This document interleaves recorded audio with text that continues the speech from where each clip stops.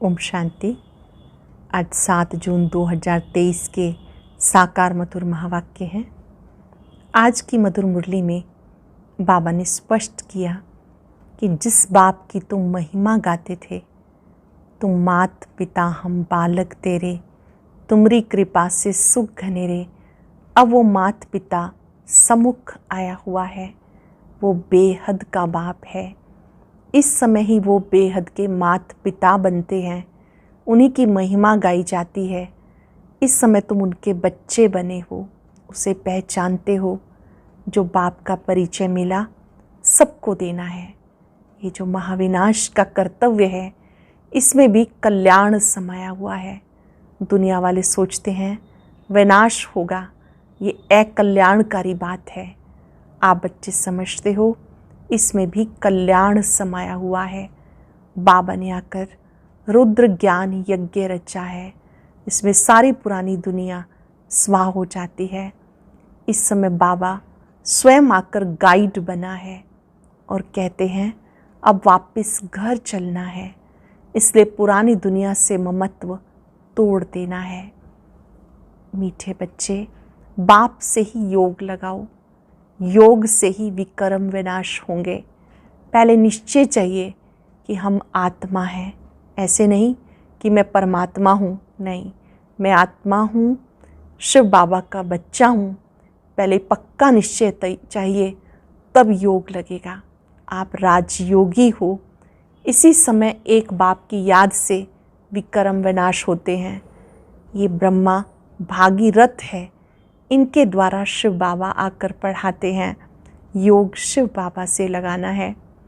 साथ साथ बाबा ने कहा कि आपको दूसरों को भी संदेश देना है कि एक बाप से योग लगाओ, वही सत्य चित्त आनंद स्वरूप है। बहुत थोड़े बच्चे हैं जो याद में रहते हैं, विकर्माजीत बनते हैं। इस समय ब्रह्मा मुख से ज्ञान सुनकर आप मुख वंशावली बनते हो।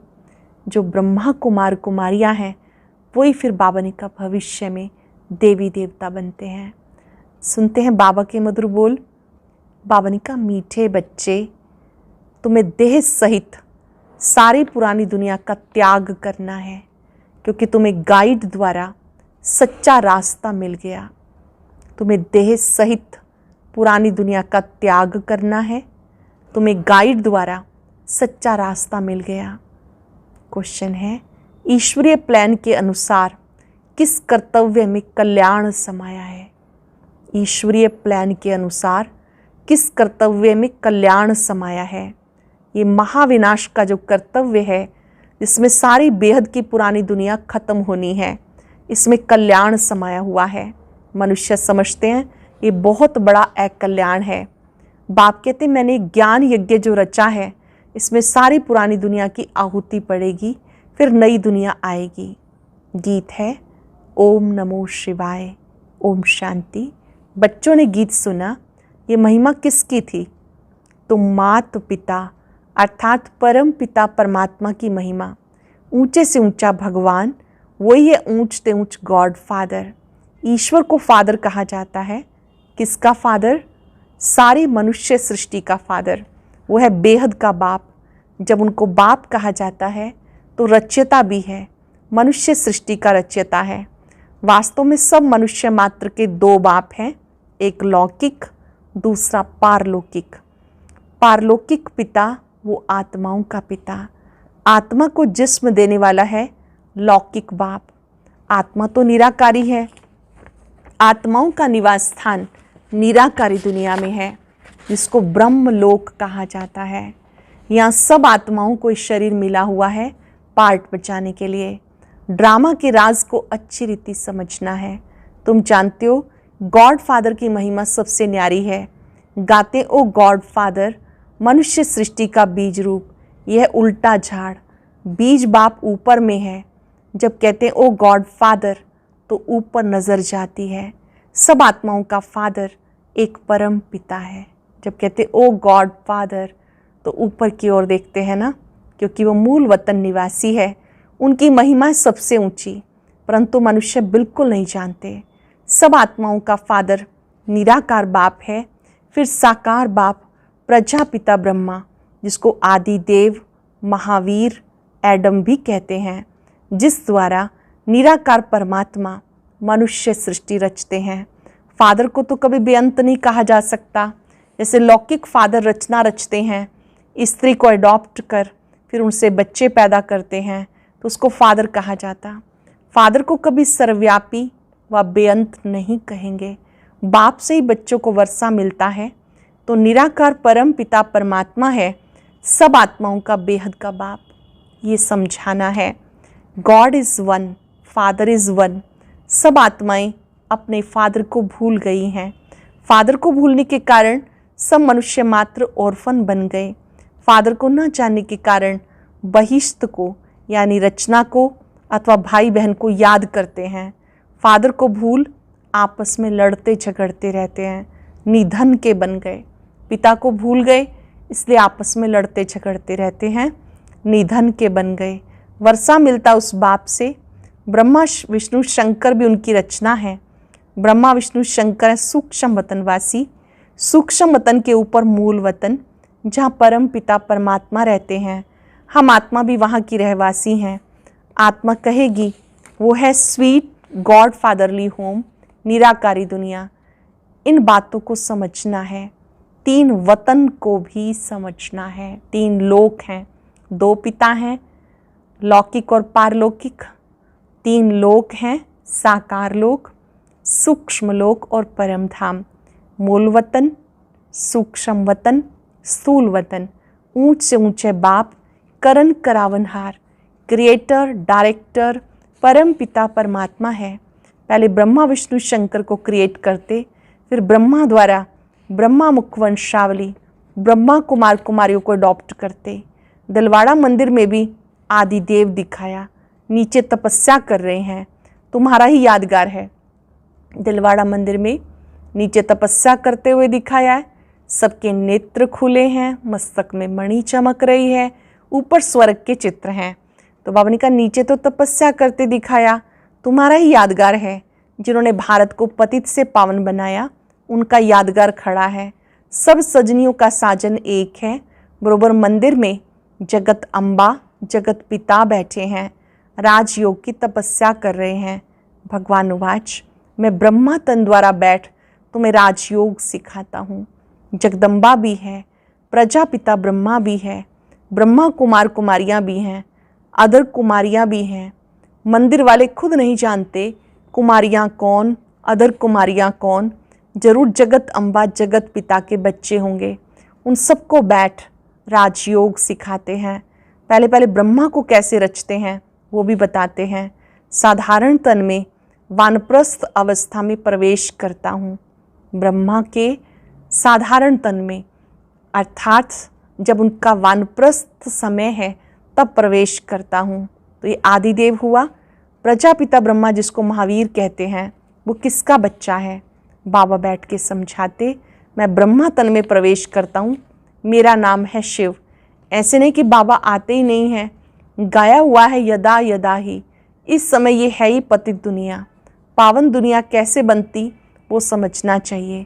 बाबा समझाते, मैं ही सदगति दाता हूँ। गंगा नदी को गति सदगति दाता नहीं कह सकते। पतित पावन परम पिता परमात्मा है। वह हेवनली गॉड फादर स्वर्ग की स्थापना करते हैं। जबकि उनकी संतान है तो क्यों नहीं गॉड फादर से स्वर्ग का वर्षा मिलना चाहिए। समझ की बात है ना। दिलवाड़ा मंदिर में पूरा यादगार है। नीचे तपस्या में बैठे हैं, ऊपर स्वर्ग का चित्र है। देवी देवताएं भारत में थे। जरूर बाप आते हैं पतितों को पावन बनाने। कहते मैं कल्प के संगम युगे आता हूँ। संगम युग है ऑस्पिशियस युग, कल्याणकारी युग। जबकि कलयुग के अंत में मैं आकर सतयुग की स्थापना करता हूँ। ये बाप बैठ समझाते, ये जन्म मरण रहित है। मनुष्य को भगवान नहीं कहा जा सकता। शिव बाबा जन्म पुनर्जन्म से परे है। किसी मनुष्य को भगवान नहीं कहा जा सकता। मनुष्य तो 84 जन्म लेते। तुम बच्चे जानते, यह है मृत्यु लोक। सतयुग को कहते अमर लोक। यह है रोरव नर्क। मनुष्य मात्र सब एक दो को काटते रहते हैं। भारत ही पावन था इसमें देवी देवता राज्य करते थे। बाप आते हैं पतित दुनिया, पतित शरीर में। जरूर जो पहले सतयुग में आए होंगे उनके ही अंतिम जन्म के तन में बाप आए होंगे। गाया जाता आत्मा परमात्मा अलग रहे बहुकाल।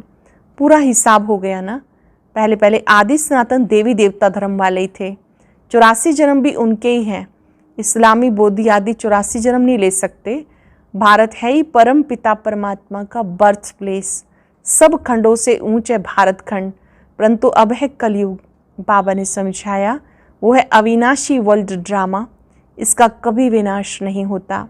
वर्ल्ड की हिस्ट्री ज्योग्राफी रिपीट होती तो इस नॉलेज को जान स्वदर्शन चक्रधारी बनते हो, वही चक्रवर्ती राजा बनेंगे। भारत में जब देवी देवताओं का राज्य था तो और कोई धर्म नहीं था। नए भारत में नई दैवी राजधानी थी। वर्ल्ड आलमाइटी अथॉरिटी का राज्य था। उन पर कोई जीत पा ना सके।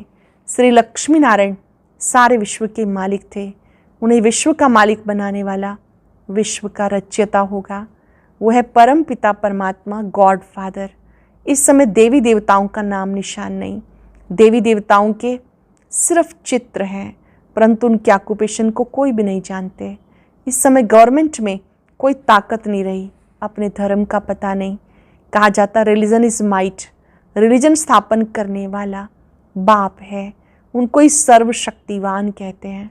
तो गॉड फादर, फादर भी है, फिर उन्हें नॉलेजफुल कहा जाता है, टीचर भी है, फिर उन्हें पतित पावन सतगुरु भी कहते हैं।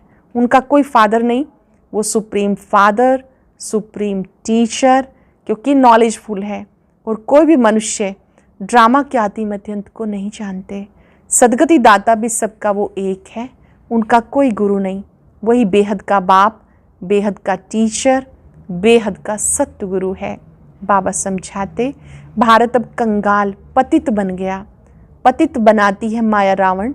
अभी भारत आसुरी राजस्थान है। भारत में दैवी राजस्थान था, जिसको स्वर्ग हेवन कहा जाता। भारत ही ऊंच से ऊंच अविनाशी खंड है। अविनाशी बाप का बर्थ प्लेस है। भारत खंड कभी विनाश को नहीं पाएगा और सब खत्म हो जाएंगे। तो बाप का भी इस ड्रामा में पार्ट है, जो इस पतित सृष्टि को पावन बनाकर आदि सनातन देवी देवता धर्म की स्थापना करते हैं। शंकर द्वारा अनेक अधर्मों का विनाश। ये विनाश कोई अकल्याणकारी नहीं, यह है रुद्र ज्ञान यज्ञ, जिससे विनाश वाला प्रज्वलित हुई। बाबा कहते गीता का रचयिता मैं निराकार परम पिता परमात्मा हूँ। मनुष्यों ने फिर श्री कृष्ण जी का नाम लिख दिया। भगवान वाच मैं तुम्हें राजयोग सिखाता हूँ, तुम राजयोगी हो। राजयोग का अभ्यास करने वाले हम सब राजयोगी हैं। तुम्हें सारी पुरानी सृष्टि का देह सहित जो कुछ है सबका त्याग करना है। मैं गाइड बन सबको वापस ले जाने आया हूँ। बाप ही दुखों से लिबरेट करते हैं। आधा कल्प है भक्ति अर्थात रावण राज्य, आधा कल्प है राम राज्य। ये बाबा बैठ के समझाते, कोई मनुष्य नहीं समझाते। अब बाबा आत्माओं से बात करते हैं, समझाते बच्चे तुम्हारा ये है प्रवृत्ति मार्ग। भारत में प्योरिटी थी तो पीस प्रॉस्पेरिटी भी थी। अभी प्योरिटी नहीं तो पीस प्रॉस्पेरिटी भी नहीं। पवित्रता नहीं तो शांति और समृद्धि भी नहीं। सब रोगी हैं, दुखी हैं। अब भारत दुखधाम है। भारत ही सुखधाम था। बाबा कहते बच्चे मेरे साथ योग लगाओ। पहले निश्चय चाहिए हम आत्मा हैं ना कि परमात्मा। पक्का निश्चय चाहिए हम आत्मा हैं ना कि परमात्मा। परमात्मा की महिमा बहुत भारी है। तुम भी सतयुग में सब पवित्र थे, अब अपवित्र बन गए। ब्राह्मण, देवता, क्षत्रिय, वैश्य, शूद्र ये वर्ण है ना। तुम वो प्रजापिता ब्रह्मा की औलाद ब्राह्मण। आदिदेव ब्रह्मा को किसने जन्म दिया? बाबा कहते मैंने इसमें प्रवेश कर इनका नाम ब्रह्मा रखा। निराकार शिव बाबा कहते मैंने इनमें प्रवेश कर इनका नाम ब्रह्मा रखा, इनको अडॉप्ट किया। ये भागीरथ है, इनके द्वारा मैं तुम्हें माया पर जीत प्राप्त कराता हूँ। बाकी कोई युद्ध आदि का मैदान नहीं। तुम हो अहिंसक। हिंसा डबल होती है, एक कटारी की हिंसा, दूसरी फिर एक दो को मारने की हिंसा। एक है काम कटारी की हिंसा और एक है स्थूल रूप से लड़ाई झगड़े की हिंसा। बाबा कहते हैं ये काम महाशत्रु है, इसने तुम्हें आदि मध्य अंत दुख दिया है।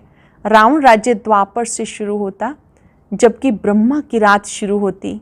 ये संगम युग सबसे कल्याणकारी है। पीछे तो नीचे उतरते जाते, देवता से क्षत्रिय, क्षत्रिय से वैश्य, शूद्र वर्ण में आना ही है। जो ब्राह्मण धर्म के होंगे वो आकर ब्रह्मा कुमार कुमारियाँ बनेंगे। जो ब्राह्मण धर्म के होंगे वो ब्रह्मा कुमार कुमारी बनेंगे। बाबा समझाते, भारत जीवन मुक्त था, अभी जीवन बंद है। बाबा आकर सेकंड में जीवन मुक्ति देते हैं। बाप से भारत को कल्प कल्प बेहद सुख का वर्षा मिलता है। मुक्ति जीवन मुक्ति का वर्षा मनुष्य मनुष्य को नहीं दे सकता। मुक्ति जीवन मुक्ति का वर्षा मनुष्य मनुष्य को नहीं दे सकता। पार ले जाने वाला एक सत्य गुरु है। तुम विश्व के रचयिता बाप द्वारा विश्व के मालिक बन रहे हो। बाबा कहते मैं निष्काम हूँ। ब्रह्मा द्वारा तुम्हें विश्व का मालिक बनाकर मैं वानप्रस्थ में बैठ जाता हूँ। आपको विश्व का मालिक बनाकर मैं वानप्रस्थ में बैठ जाता हूँ। गाया जाता, दुख में सिमरन सब करे, सुख में करे ना कोई। जब सब भक्त एक भगवान को याद करते हैं फिर सर्वव्यापी कह देते तो भक्त कैसे ठहरे? ये उल्टा ज्ञान है। बाप तो रचते हैं मुख वंशावली, तुम हो ब्रह्मा की मुख वंशावली, वह ब्राह्मण कुख वंशावली। वो जिस्मानी पंडे, तुम हो रूहानी पंडे। बाप सब आत्माओं को कहते मुझ बाप को याद करो। सबको बाबा कहते हैं मुझ बाप को याद करो। बाप को थोड़ा ही भूलना चाहिए। बाबा को भूले तो वर्षा कैसे मिलेगा? बाबा कहते हैं माम एकम याद करो, बाकी सब है रचना, उनसे वर्षा नहीं मिल सकता। बाबा को याद करो, वर्षा उनसे मिलेगा। बाकी सब है रचना, उनसे वर्षा नहीं मिल सकता। अच्छा, मीठे मीठे सिक्के लदे बच्चों प्रति माता पिता बाप दादा का याद प्यार गुड मॉर्निंग। रूहानी बाप की रूहानी बच्चों को नमस्ते। रूहानी बच्चों की रूहानी बाप दादा को याद प्यार नमस्ते, गुड मॉर्निंग। शुक्रिया बाबा, शुक्रिया। धारणा के लिए सार, ड्रामा के राज को अच्छी रीति जानकर पार्ट पे जाना है। अभी हम धनी बाप के बने हैं, कभी आपस में लड़ना झगड़ना नहीं है। बाप गाइड बनकर सबको लेने आए हैं। देह सहित सब कुछ भूल एक बाप को याद करना है। बाप गाइड बनकर सबको लेने आए हैं। देह सहित सब कुछ भूलकर एक बाप को याद करना है। बहुत सुंदर वरदान। मेरा बाबा इस संकल्प द्वारा हर कदम में मदद का अनुभव करने वाले निश्चय बुद्धि भव।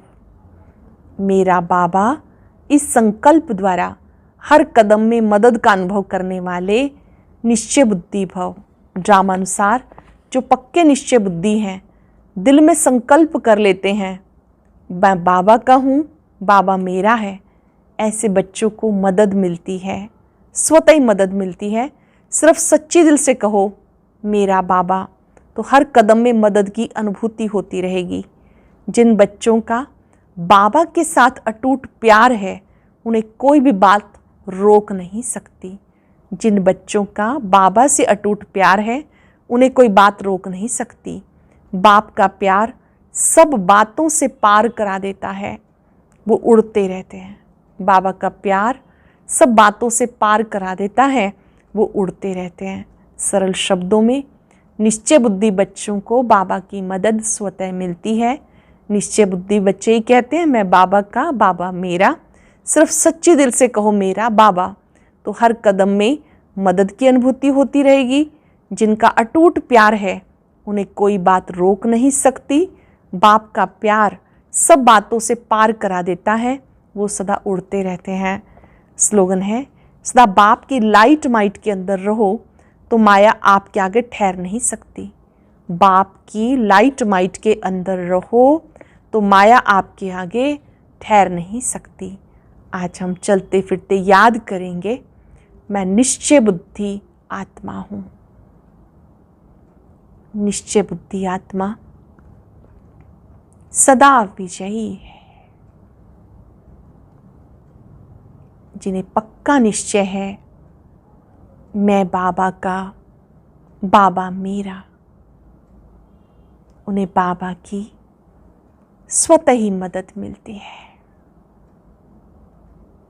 स्वीकार करें, मैं जो हूं, जैसी हूं, बाबा मुझसे प्यार करते हैं। बाबा की शक्तियों को फाउंटेन की तरह अपने में आता देखें। मैं बाबा का निश्चय बुद्धि बच्चा हूं। कोई भी बातें मुझे रोक नहीं सकती। बाबा ने स्टैंप लगा दी है, मैं बाबा का निश्चय बुद्धि बच्चा हूं। शुक्रिया बाबा, शुक्रिया, शुक्रिया। ओम शांति। अब सुनते हैं आज का अव्यक्त ज्ञान मोती। इसके लिए ऊपर दिए गए बॉक्स पर क्लिक करें।